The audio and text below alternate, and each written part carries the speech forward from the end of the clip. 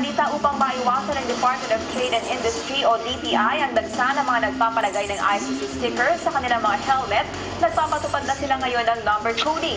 Inaasahan namang sa pamamagitan ng masusunod na schedule, mas matatapos sa takdang oras ang pag-i-issue nito. Nagpapatrol, Joanne Panopio. Marami pa sa mga may-ari ng motorsiklo ngayon na hindi pa nagpapalagay ng ICC sticker sa kanilang mga helmet na maaaring bukod sa hindi pa alam ang impormasyon ay pwedeng malayo ang lokasyon nito.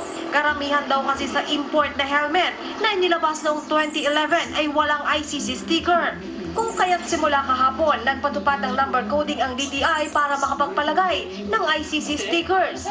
Ang mga motorsiklong nagtatapos sa number 1 at 2 plate number ay maaaring pumunta sa kanilang opisina tuwing Lunes.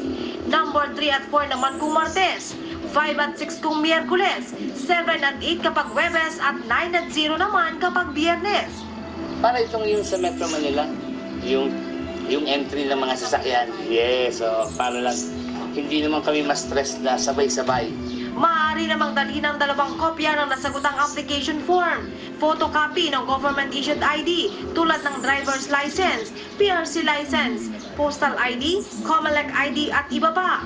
Kopya ng motorcycle registration at ang motorcycle helmet.